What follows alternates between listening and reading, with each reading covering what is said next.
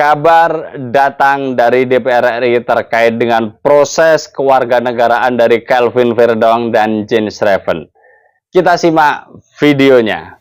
R18 Press tanggal 17 Mei 2024, hal permohonan pertimbangan pemberian kewarganegaraan Republik Indonesia atas nama saudara Kelvin Ronald Verdong dan saudara Jens Schreven.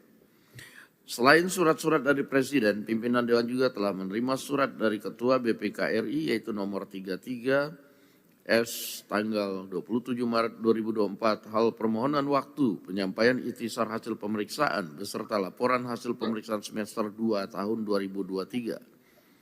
Nomor 70 S tanggal 21 Mei 2024 hal permohonan waktu penyampaian LHP LKPP tahun 2023 dan IHPS 2 tahun 2023. Surat-surat tersebut telah dan akan ditindaklanjuti sesuai dengan ketentuan Peraturan DPR RI nomor 1 tahun 2020 tentang tata tertib DPR RI dan mekanisme. Berdasarkan video tersebut, berarti ada dua informasi yang ingin disampaikan Pak Dasko sebagai Wakil Ketua DPR RI sekaligus pemimpin rapat paripurna tersebut, di mana Pak Dasko mengkomunikasikan bahwa berkas dari Kelvin Verdong dan Jens Schreven sudah diterima oleh DPR. Hal ini juga mengkonfirmasi apa yang sudah disampaikan Pak Dito sebelumnya sebagai Kemenpora.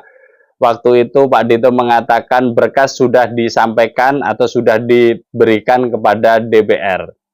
Yang kedua adalah tidak lanjut. Berkaitan dengan berkas tersebut, Pak Dasko mengatakan bahwa akan ditindaklanjuti, telah dan akan ditindaklanjuti sebagaimana mestinya berdasarkan atau sesuai dengan peraturan perundang-undang yang berlaku. Artinya memang ya dalam kutipan video tersebut hanya sekedar memastikan bahwa berkas sudah di DPR. Dan masih ada dua proses lagi berarti yang akan kita tunggu, DPR 1 terus kemudian Kemenkumham 1. Di mana bersama DPR jelas Kelvin Verdong dan Jens Schreven harus melakukan sidang bersama, entah itu tatap muka langsung atau daring, sama seperti pemain-pemain sebelumnya, Tom Haye, Ragnar itu secara daring atau melalui Zoom atau video call ya, atau jarak jauh lah ya bahasa mudahnya. Terus kemudian proses selanjutnya tentu saja pengambilan sumpah.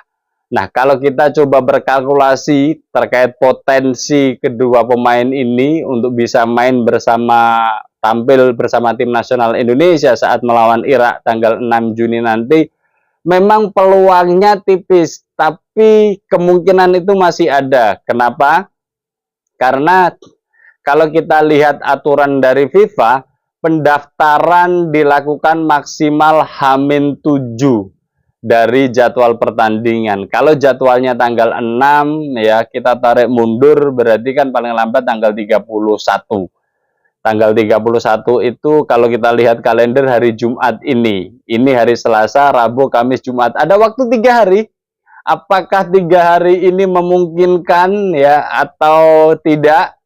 Atau barangkali DPR RI ingin memberikan surprise dan Kemenkumham di detik-detik akhir? Ya kita nggak tahu, kita akan update. Akan tetapi kalau kita berbicara kebutuhan tim nasional Indonesia, sebenarnya urgensinya menurut saya tidak seurgen terkait dua pemain sebelumnya, yaitu Ragnar Oratmangun dan Tom Haye.